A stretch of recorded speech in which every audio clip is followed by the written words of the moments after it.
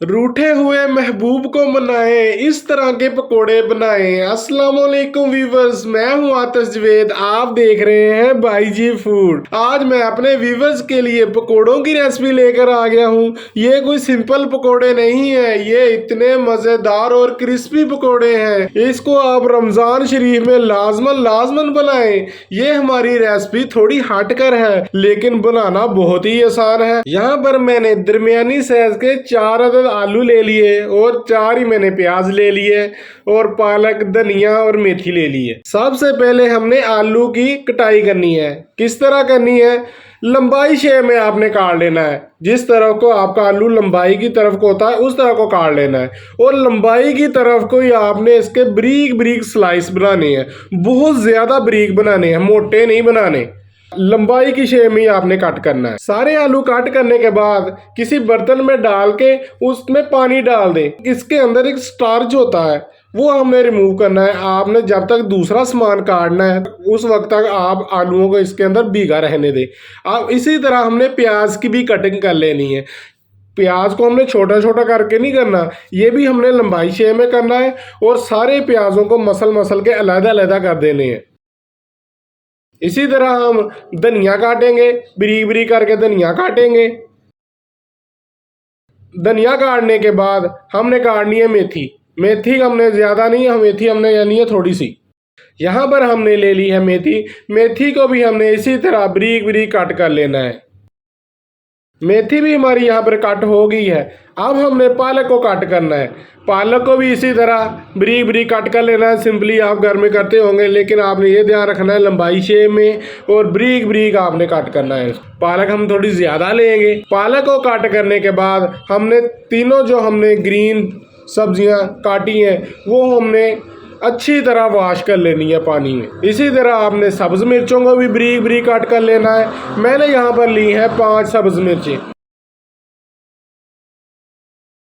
काट करके हमने प्याज में शामिल कर दी और हमने आलूओं का पानी रिमूव कर दिया था, वो भी शामिल कर दिया। और जो सब्जियां हमने अच्छी तरह वॉश की थी तो वो भी हमने इसके अंदर डाल दी हैं। अब हम इसमें बहुत ही सिंपल मसाले डालेंगे। मसाला डालने से पहले हम यहाँ पर डालेंगे नींबू। 3 अदद नींबू डालेंगे और इनके बीज रिमूव कर देंगे। बीज आपने देखना है, बीज नहीं अंदर जाने चाहिए। बीज आपने अच्छी तरह रिमूव कर देने हैं और 3 अदद आपने यहाँ पर लेने हैं नींबू और उनका रस इसके अंदर निचोड़ देना है। तीनों नींबुओं का रस हमने अच्छी तरह निकाल के इसके अंदर डाल दिया है।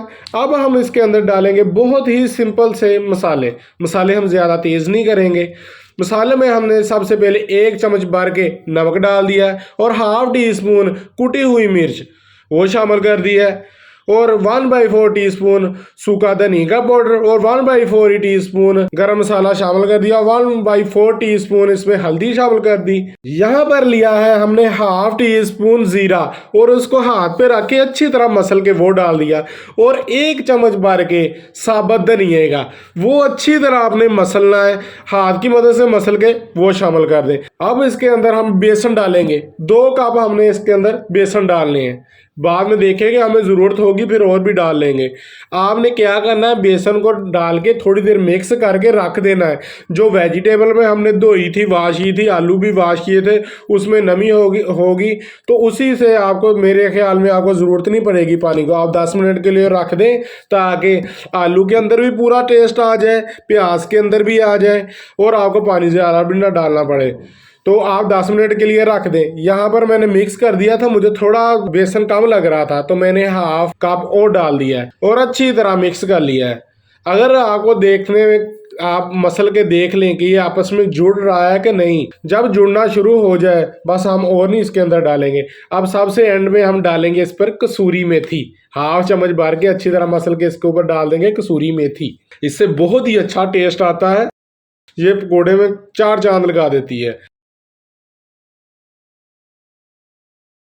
यहाँ पर हमारे पकौड़ों का मसाला, वेजिटेबल सब तैयार हो गया है। यहाँ पर मैंने चूल्हे पे चढ़ा दिया था अपना तेल और इसको गर्म करने के लिए रख दिया था। अब हम इसी तरह, आपने इसको दबा दबा के नहीं डालना, सिंपली उठाना है, इसी तरह आपने डाल दे जाना। ये नहीं कि आपने पकोड़े की शेप में आपने लाना है फिर इसमें डालना है दबा के।